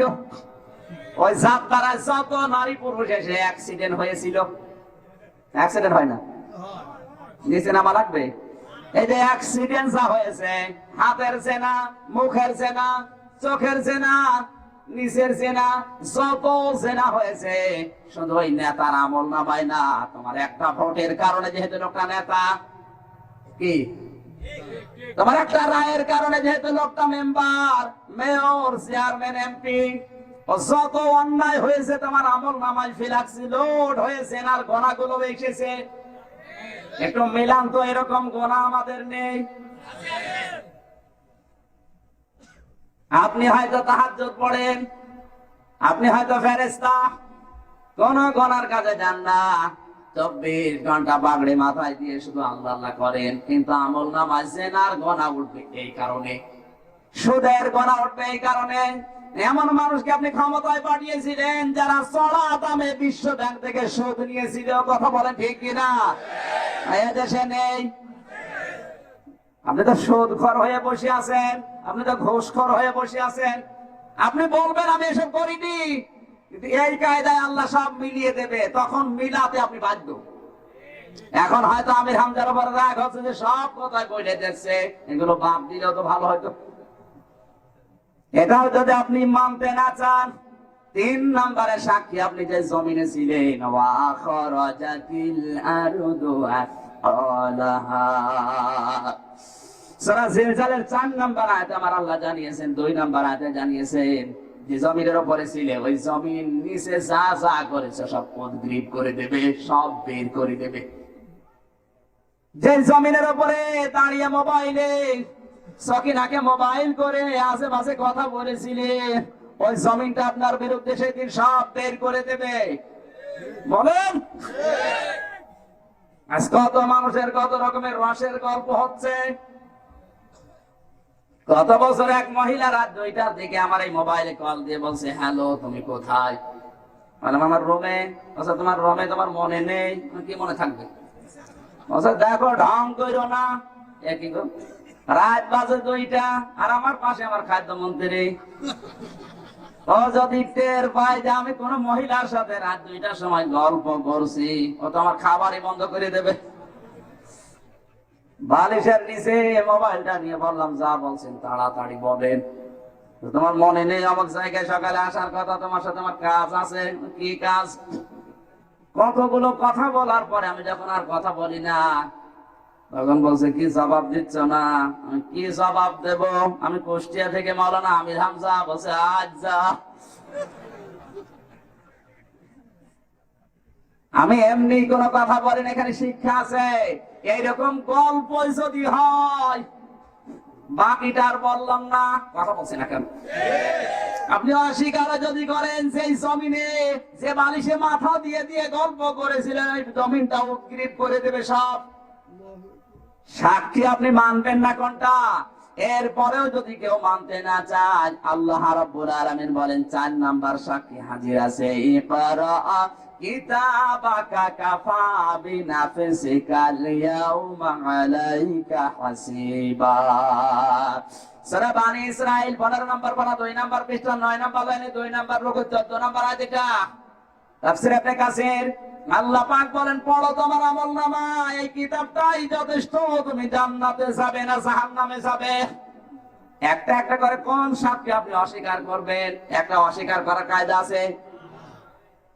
সুতরাং এই মাহফিলটা যদি কিয়ামতের দিন সাক্ষী হয়ে দাঁড়ায়, আমাদের লস হবে। বলেন। আর কোরআন যদি কারো পক্ষে সাক্ষী দেয়, আল কোরআন হুজ্জাতুল লাকা ওয়া আলাইকা, ওকে আল্লাহ জান্নাত দিয়ে দেবে। জোরে বলেন। আর কোরআন যদি কারো বিপক্ষে যায় যে না আল্লাহকে জান্নাত দেওয়া যাবে না, আপনার কোন বাবা জান্নাতে নিয়ে যাবে আপনাকে? আল্লাহ যেন কোরআনে কারিমের পক্ষে থেকে জীবনটা ব্যয় করার তৌফিক দেন। জোরে বলুন আমিন। আজকের আলোচনার যে বিষয় দিয়েছেন রিসালাত, আমি আয়াতও পড়েছি ওই রকম। আমার আলোচনার বিষয় এই পৃথিবীতে একমাত্র আদর্শ বিশ্ব নবী। কি বলেন না কেন? কোরআন শরীফের ভেতরে একটা গুরুত্বপূর্ণ আয়াত আমরা পড়েছি, ৭৩ নম্বর সূরা, সূরা আহজাব ২১ নম্বর আয়াত আমরা পড়েছি। আয়াতের ভেতরে যত কথা আমার আল্লাহ দিয়েছেন, আমার এই ছোট্ট জ্ঞান থেকে বলছি, কিয়ামত পর্যন্ত যদি আয়াত নিয়ে কেউ আলোচনা করে, যত নাড়াচাড়া করবে তত নতুন নতুন তথ্য আমার আল্লাহ হাতে ধরিয়ে দেবে। জোরে বলেন সুবহানাল্লাহ। বিশ্ব নবীকে আল্লাহ একমাত্র আদর্শ বানালেন কেন? কারণ এই দুনিয়ায় যারা আমরা এখন বেঁচে আছি, কোন মানুষকে অন্ধভাবে অনুসরণ করা যায় নেই। সে আপনার বাবা হোক, পীর হোক, ওস্তাদ হোক। কথা বলছেন এখানে? কারণটা হচ্ছে এই একটা একটা করে প্রায় 15টা কারণ আমি তাফসীরের ভেতরে পেয়েছি। এক নম্বরে কারণ, লাকাদ কানা লাকুম ফি রাসূলিল্লাহি উসওয়াতুন হাসানা, অবশ্যই আমি আল্লাহ তোমাদের জন্য মহত্তম আদর্শ লুকিয়ে রেখেছি আমার রাসূলের জীবনে। উসওয়াতুন হাসানা, এটা শুধু বিশ্ব নবীর জন্য খাস। উসওয়াতুন হাসানা কোন পীর না, উসওয়াতুন হাসানা কোন উস্তাদ না, উসওয়াতুন হাসানা কোন নেতা না, উসওয়াতুন হাসানা পৃথিবীর কোন মানুষ না, একমাত্র বিশ্ব নবী। বলেন কারণ কি? এই কারণটা আবিষ্কার করতে হবে আজকের মাহফিল থেকে। এটা যদি কেউ ব্যর্থ হয়, বুখারী শরীফ, বুখারী শরীফের ব্যাখ্যা যারা দুনিয়ায় লিখেছেন, হাফেজ ইবনে হাজার আসকালানী রাহমাতুল্লাহ আলাইহি, তার মতো উত্তম ব্যাখ্যা আজও কেউ দিতে পারেনি। যারা হাদিস পড়তে পারে জিজ্ঞাসা করেন ফাতহুল বারী, বুখারী শরীফের ব্যাখ্যা এর চাইতে উত্তম আর একটাও নেই। বুখারীর ব্যাখ্যা করতে গিয়ে 3 শব্দের হাফেজ ইবনে হাজার আসকালানী রাহমাতুল্লাহ আলাইহি 12টা অর্থ দিয়েছেন দিন এই শব্দের। এর 9 নাম্বার অর্থ তিনি দিয়েছেন আদ-দীন আস-সিয়াসা, দিন হচ্ছে রাজনৈতিক নিয়ম নীতি। যার জীবনে নামাজ, রোজা, হজ, যাকাত সবকিছু ওকে ছিল, কিন্তু রাজনৈতিক জীবনে আল্লাহর নবীর দর্শন ছিল না, ওই লোকটা আর যাই হোক জান্নাত পাবে না। কারণ ওকে যদি আল্লাহ জান্নাত দেয়, তাহলে আব্দুল্লাহ বিন উবাইকে জান্নাত দেওয়া লাগবে। এই লোকটার নামাজ, রোজা, হজ, যাকাত সব ওকে ছিল, নবীজির সাথে ইফতারি করেছে, আল্লাহর নবীর সাথে হজ করেছে, তাওয়াফ করেছে, তারাবি পড়েছে, সব ছিল ওকে, কিন্তু ওর আদর্শ ছিল আবু জেহেল। কথা বোঝা যাচ্ছে না? নামাজে আদর্শ ছিল নবীজি, রমজানে আদর্শ ছিল নবীজি, ইফতারে আদর্শ ছিল নবীজি, রাজনৈতিক জীবনে আদর্শ ছিল আবু জেহেল। একটা মাত্র কারণ, এক কারণে যদি আব্দুল্লাহ বিন উবাইকে আল্লাহ জাহান্নামে দেয়, এরকম উবাই এই বাংলাদেশে এখন আছে না নাই? আছে মানে আমরাই। হাসতেছেন, আছে মানে আমরাই। ওর দাড়ির কোন সমস্যা আমি পাইনি, ওর জীবনটা পুরা পড়ে দেখেছি। ওর দাড়ি ছিল রাসূলের তরিকায়, ওর জুব্বা ছিল রাসূলের তরিকায়, ওর চুল ছিল রাসূলের তরিকায়, ওর নামাজ, নবীজির পেছনে 3 জন মানুষ বেশিরভাগ নামাজ পড়তো, তার ভেতরে উবাই একজন। সব আমি ওকে পেয়েছি, শুধু একটা জায়গায় ঝামেলা, ওদের ময়দানে বিশ্ব নবীর পেছন থেকে 300 জন সাহাবীকে নিয়ে ভেগে গিয়েছিল। ওই দিন নবীজি শিশুর মতো কেঁদেছিলেন আর বরদোয়া দিয়েছিলেন। আল্লাহ ওই দিন প্রমাণ হয়ে গেছে মুনাফিক। আল্লাহর নবীকে রাজনৈতিক জীবনেও মানত না। এজন্য বুখারী শরীফ লেখার আগে ইমাম বুখারী একটা কিতাব লিখেছেন আল-আদাবুল মুফরাদ। এর 6 নাম্বার হাদিসের 3 নাম্বার পয়েন্টে আছে, বিনা হিসাবে বিনা বিচারে 6 প্রকার মানুষকে আল্লাহ ময়দানে কিয়ামতে জাহান্নামে দিয়ে দেবে। ও বিচারও করবে না, হিসাবও নেবে না।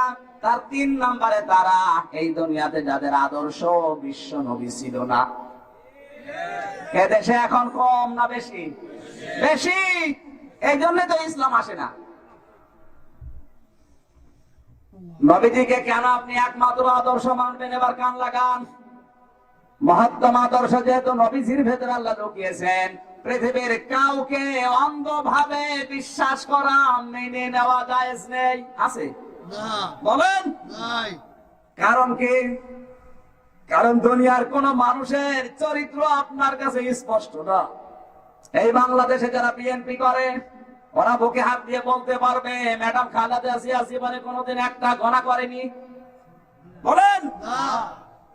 যারা আওয়ামী লীগ করে তারা বলতে পারবে আমাদের প্রধানমন্ত্রী শেখ হাসিনা জীবনে একটা মিথ্যা কথা বলেনি। পারবে? যারা জামাত ইসলাম করে তারা বলতে পারবে মাওলানা নিজামী একটা মিথ্যা কথা জীবনে বলেনি। পারবে? যারা জাতীয় পার্টি করে ওরা বলতে পারবে চাচা এরশাদ জীবনে এক কথা দুইবার বলেনি। সকালে এক কথা, বিকালে বলেন না আমি বলিনি। চাচা একটা পেয়েছি আমরা, ডিজিটাল চাচা, খালি ডিগবাজি খায়। যারা বলে সুবহানাল্লাহ, দোয়া করছে আল্লাহ তুমি চাচার হায়াত আরো বাড়িয়ে দাও। ফেসবুকে স্ট্যাটাস দেখলাম, চাচা মনে হয় দিয়েছে যে আমার যৌবন এখনো অটুট। 80 বছর বয়স, চাচির অভাব নেই, তাও যৌবন যাচ্ছে না। তার মানে চাচি আমাদের আরো একটা দরকার। কথা বলেন। 85 বছর বয়সে যদি চাচা বলে যৌবন আমাদের অটুট, আমরা করছি কি? আমাদের হারবাল ছাড়া জীবনই চলে না। বাংলাদেশের যুবকদের জনশক্তি হারিয়ে যাচ্ছে। Report India herbal, Kolkata herbal না সিলেটে নেই। আছে মানে আসার পরে সিলেটে ঢোকা যাচ্ছে না, বাসের পেছনেও মেরে দিয়েছে। এটা হওয়ার পেছনে কারণ আছে না নেই? ওটা আমার আলোচনার বিষয় না, আমি ওইদিকে যাচ্ছি না। সম্মানিত ভাইরা, পৃথিবীর কোন মানুষ এই কথা বলতে পারবে না যে আমি আদর্শ করে চলি, ওই লোকটা জীবনে একটা মিথ্যা বলেনি। একটা মানুষের ভেতরে এই গ্যারান্টি আল্লাহ দিয়েছেন। আল্লাহ রাব্বুল আলামিন বলেন আমার নবী 63 বছরের জীবনে একটা মিথ্যা কথা বলেনি। ওয়াইন্নাকা লাআলা খুলুকিন আযীম। সূরা কলমের 4 নম্বর আয়াতে আল্লাহ জানিয়েছেন আমার নবীকে এমন চরিত্র আমি দিয়েছি। আযীম শব্দটা কোন নবীর নামের শেষে আপনি পাবেন না। পাবেন? হযরত ইসহাক নবীকে আল্লাহ একবার ডাক দিয়েছেন গোলামিন আলীম, আমার জ্ঞানী বান্দা। হযরত ইসমাঈল নবীকে আল্লাহ ডাক দিয়েছেন গোলামিন হালিম, আমার সহনশীল বান্দা। আর বিশ্ব নবীকে আল্লাহ জানিয়েছেন খুলুকিন আযীম, আমার মহান বান্দা। সুবহানাল্লাহ বলতে পারেন না? এত বড় চরিত্র দিয়েছি, কিয়ামত পর্যন্ত মানুষ অনুসরণ করে কোন কিনারা পাবে না। অন্যান্য নবীরা চেয়ে যা পাইনি, নবীকে আল্লাহ ওগুলো এমনিতে উপহার দিয়ে দিয়েছে। জোরে বলুন সুবহানাল্লাহ। নবীজি একমাত্র আদর্শ হওয়ার পেছনে 1 নাম্বার কারণ, বিশ্ব নবী মুহাম্মদুর রাসূলুল্লাহ জীবনে একটা মিথ্যা কথা বলেনি। সুবহানাল্লাহ বলতে পারেন নাই, কারণও আছে। কারণ আমাদের জীবনই শুরু মিথ্যা দিয়ে। হিসাব করে দেখেন 63টা বছরে একটা মিথ্যা যার ছিল না, একই যেমন তেমন বিষয়। আমরা 63 সেকেন্ড কাটাতে পারবো? পারবো না। জীবনে কখনো তুমি মিথ্যা বলনি, তাই তো তোমায় পেতে কাঁদে ধরনি। তোমারই মতো নেতা পেলেও গো ফুটতো সুখের গোলাপ চামেলি বকুল। জোরে বলেন মারহাবা। নবীজি আমাদের একমাত্র আদর্শ হওয়ার পেছনে কারণ আমরা 1 নাম্বার কি পেলাম? জীবনে তিনি বলেন। সুতরাং অন্ধভাবে তাকে মানা লাগবে, কোন চিন্তা ভাবনা ছাড়াই। কথা বলে ঠিক কিনা? 2 নম্বরে নবীজি আমাদের আদর্শ, কারণ তিনি দাঈ ইলাল্লাহ ছিলেন। কি ছিলেন? ইয়া আইয়ুহান নাবিয়্যু ইন্না আরসালনাকা শাহিদাও ওয়া মুবাশশিরাও ওয়া নাযীরা ওয়া দা'iয়ান ইলাল্লাহি বিইذনিহি ওয়া সিরাজাম মুনীরা। সূরা আহজাব 22 নাম্বার পারা 3 নাম্বার পৃষ্ঠা 2 নাম্বার লাইনের 46 47 48 নাম্বার আয়াত। রব্বুল আলামিন বলেন, হে আমার নবী, আপনাকে আমি পাঠিয়েছি সাক্ষী হিসাবে, মুবাশশিরা ওয়া নাযীরা, সুসংবাদদাতা, ভীতি প্রদর্শনকারী। আমি আল্লাহর দিকে মানুষকে ডাক দেবেন। আপনি সিরাজ, আপনি মুনীর। জোরে বলেন আল্লাহু আকবার। এই পৃথিবীতে নবী একমাত্র আদর্শ, কারণ তিনি আল্লাহ ছাড়া অন্য কারো দিকে ডাকেন নাই। আজ পৃথিবীতে ওই লোকটা আপনার সামনে থাকতে পারে যে লোকটা আল্লাহ ছাড়া অন্য কারো দিকে ডাকে। বলেন, আনা বা ইলাজ্জা আছে কোরআনে কারিমে। আনা বা ইলাজ্জা, ওই লোকটার পথ অনুসরণ করো যে আমার আল্লাহর পথ ধরেছে। যে লোকটা বাবার পথ ধরেছে, যে লোকটা স্বামীর পথ ধরেছে, যে তার স্বামীর পথ ধরে অনুসরণ করে চলছে, ওকে অনুসরণ করা জায়েজ নেই। ওই লোকটার পেছনে যাওয়া লাগবে যে আমার আল্লাহর পথ ধরেছে। এইরকম লোক আজ কম না বেশি? এবার একটা কড় করে দলিল দিচ্ছি, কান খাড়া করে লিখে নেন। ওয়ামানা আহসানু কাওলাম মিম্মান দাআ ইলাল্লাহি ওয়া আমিলা সালিহান ওয়া ক্বালা ইন্নানি মিনাল মুসলিমিন। এটা বুঝতে হবে, এটা পরিচিত আয়াত, আমি এমনি পড়িনি। এখানে শিক্ষাটা আছে। সূরা হামিম সাজদা 33 নাম্বার আয়াত। এটা বিরাই পরিচিত সবার কাছে, কিন্তু এর ভেতরে তথ্য আছে। আমান আহসানু কাওলাম মিম্মান দাআ ইলাল্লাহ, আল্লাহ বলেন ওই লোকটার চাইতে উত্তম কথা দুনিয়ায় কেউ বলে না যে আমার আল্লাহর দিকে ডাকে। কার দিকে? জোরে বলেন। ওয়া আমিলা সালিহান, ভালো ভালো কাজ করে। ওয়া ক্বালা ইন্নানি মিনাল মুসলিমিন, আর বলে আমি একজন মুসলমান। এই আয়াতের ভেতরে হুকুম কয়টা বলেন? এই দেশের দিকে বা তাকান। আজ অনেকে আমরা বলছি আল্লাহর দিকে কম বেশি ডাকে না ডাকে না? আপনি দেখেন, যে যে দল করে করতে পারে, কিন্তু আল্লাহর দিকে কম বেশি ডাকে না ডাকে না? ভালো ভালো কাজও কিছু করে না করে না? কিন্তু ওয়াকালা ইন্নানি মিনাল মুসলিমিন, আমি মুসলমান, এই কথা বলার যোগ্যতা এখন অনেকেরই নেই। কথা বললেন এখানে আছে? কারো যোগ্যতা আছে?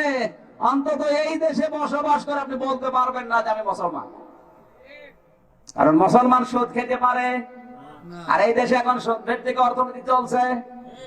ডাইরেক্ট না খান, ইনডাইরেক্ট ঢুকবে। এই দেশে যদি এখন ফেরেশতাও বাস করে, সেও সুদখোর। আপনাকে হাসির খোরাকি দেই, চিন্তা ভাবনার খোরাকি দিলাম। আপনি আল্লাহর দিকে ডাকতেছেন, যে টুপি মাথায় দিয়ে আল্লাহর দিকে ডাকেন, টুপির ভেতরে সুদ।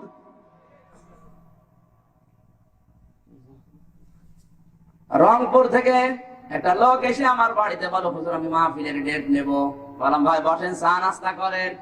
বিস্কিট দিয়েছি, বিস্কিট হাতে নিয়ে আবার রেখে দিল। খাচ্ছেন না কেন? হুজুর আমি বেনামাজির হাতে খাই না। কি বলেন আপনি? আমি ছোটকাল থেকে নামাজ পড়ি। হুজুর আপনাকে বলি নাই, এই বিস্কিট যারা বানিয়েছে ওরা হয়তো নামাজ পড়ে না। চিন্তা করলাম, আল্লাহ এমন হয় জান্নাত থেকে পালিয়ে এসেছে। এত বড় আল্লাহর ওলি, আর আমি কিছু টের পেলাম না। বললাম দাঁড়ান, এই বিস্কিট কোন বেনামাজে বানিয়েছে এই সন্দেহ করে আপনি খাচ্ছেন না। আপনার শরীরের ভেতরে যে বিশাল পোশাক আশাক, এগুলো কোন বেনামাজের দোকানে তৈরি হয়েছে? কথা বলেন। এই সেট কাপড় কোন বেনামাজের গার্মেন্টসে তৈরি হয়েছে? এত যদি সফি দাবি করেন, সব খোলেন, জিনিস বের করে যান। আমার পর রেখে গেছে, হুজুর কি বললেন, কি বলবো, এখনো তো শুরুই করিনি। বিস্কুট বেনামাজি বানিয়েছে এই সন্দেহ করে খাচ্ছেন না, তাহলে জিনিসপত্র খুঁজে বের করে যাবেন। লোকগুলো তো বেনামাজি বানিয়েছে, বেনামাজের গার্মেন্টসে তৈরি হয়েছে। কথা বলেন। পরে রংপুরে কল দিলাম বড় ভাইয়ের কাছে, যে এরকম একটা লোক আপনার এলাকা থেকে, গ্রাম থেকে এসেছে, লোকটা কেমন? ওরে বাবা, তো টাটকা সুদখোর। টাকা ছেড়ে রাখে, টাকা আসে, ওই টাকা তোলে, খায় আর আল্লাহ আল্লাহ করে। না সুদ সিলেটে নেই? বলেন। অধিকাংশ মানুষ কুষ্টিয়ার এনএস রোডে দেখি আসরের নামাজ পড়ে সুদের টাকা তুলতে বের হয়, অথচ নামাজ পড়ে এসেছে। আসরের নামাজ পড়ে সুদের টাকা তুলতে যে লোক বের হয়, ওর কোন বিশ্বাস বলেন তো? ওর বিশ্বাস যে নামাজ পড়লে আমার সুদ খাইলে যে গোনা হবে, কাটাকাটি, মাঝখানে জান্নাতে যাব পাও। এরকম ধান্দার মানুষ সিলেটে আছে না নেই? কারা কারা সুদ খান হাত তোলেন তো দেখি। আলহামদুলিল্লাহ, সিলেটে সুদ না থাকলে সকালবেলা পেপারে দিয়ে দেবো সুদ মুক্ত। আপনি বলতে পারবেন না এই দেশে বুকে হাত দিয়ে আমি মুসলমান, কারণ মুসলমান দাবি করবে ওর কাছে যৌতুক থাকবে। সিলেটে তো যৌতুক নেই না, ওই রকম যৌতুক নেই। আমি শুনলাম স্যারের কাছে সিলেটের যৌতুক নেই, কিন্তু বিয়ের 3 দিন আগে 2 ট্রাক মালামাল মেয়ের বাড়ি থেকে পাঠানো লাগে। ধরে বলেন সুবহানাল্লাহ। যৌতুকের মোটরসাইকেল নিয়ে যে মানুষগুলো চলাফেরা করে, স্ত্রীর সামনে দিয়ে যখন গিয়ার দেন, বউ মনে মনে বলে আল্লাহ যেন অ্যাক্সিডেন্ট করে। যৌতুকের যে সমস্ত টিভি, ফ্রিজ, খাট, চেয়ার, সারাদিন পরিশ্রম করে এসে যৌতুকের চেয়ারে খাটে একটু হেলান দিয়ে বসবে, যদি কড়মড় করে আপনার সামনে, আপনার বউ বলবে তোমার বাবার তা একটু আসতে বসতে পারো না। আমার মনে হয় স্ত্রীর মুখে এই কথা শোনার চাইতে যৌতুকের খাটে না বসে কবরে বসা ভালো। এরপরে অনেকে যৌতুক নেবে, যেহেতু রাষ্ট্রীয় ভাবে নেই এই বিধানটা, আমরা মুসলমান হিসাবে এই অবৈধ কাজটা ছেড়ে দিতে পারি না। বলেন। বিবাহ শুরু হচ্ছে হারাম জিনিস দিয়ে, তো ওখানে যা জন্মাবে সবই তো উল্টো পাল্টা।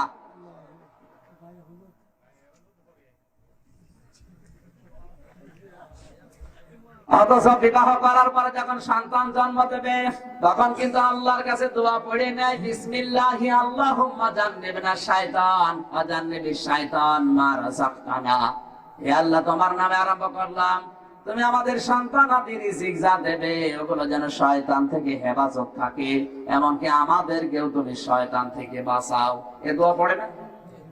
বলেন, পড়েছেন? সেদিন এক মুরব্বীকে জিজ্ঞাসা করছিলাম, গায়বান্ধায় যে ছেলে মেয়ে কয়টা? বলছে 9টা। দোয়া বলেন তো?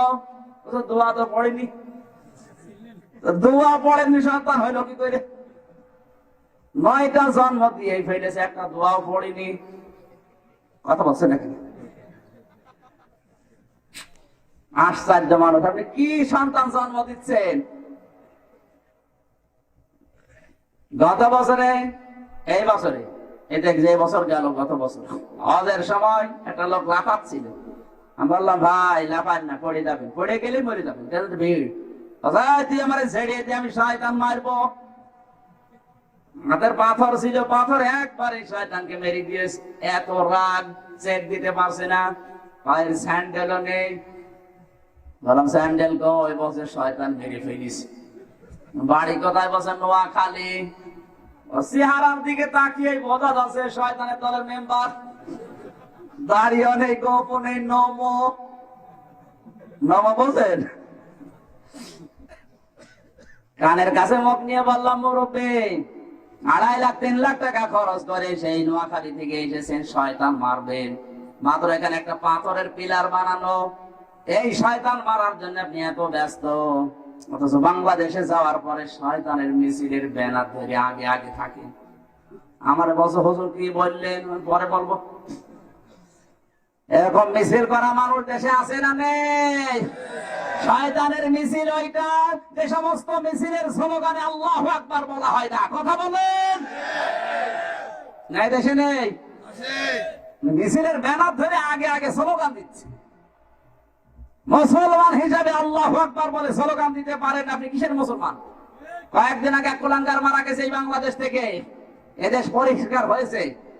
ও মারা যাওয়ার আগে বলেছিল, আল্লাহু আকবার যখন আমার কানে আসে তখন বলি কাক, তুই কাকা কর। চিন্তা ভাবনা করে বলেন কতদূর আঘাত দিয়েছে। আল্লাহু আকবার এটা কি জামাত ইসলামের চরমনার? বলেন কার আল্লাহু আকবার কার? ওর নামে আবার মিলাদ দিয়েছে কুড়িগ্রামে কয়েকদিন আগে, ওর নামে আবার জানাজা হয়েছে। তোর জানাজা পড়ে মিলাদ দিয়ে লাভ কি? ও শয়তান তো এমনিতেও জাহান্নামে যাবে, অমনিতেও জাহান্নামে যাবে। যারা আল্লাহু আকবারের ডাইরেক্ট ইনডাইরেক্ট বিরুদ্ধে কসম করে বলছে ওর কপালে জান্নাত নেই, ও মারা যাওয়ার সঙ্গে সঙ্গে জাহান্নাম। সিলেটে হয়তো নেই, অন্য দেশে আছে।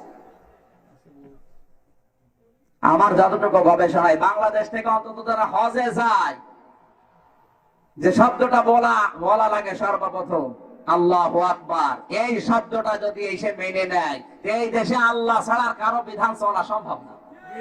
কারণ যারা আছে সবগুলোই হাসি, কথা বলছে না কেন? আল্লাহ আমাদেরকে জাতির সমাজ দান করুন, জোরে বলেন আমিন।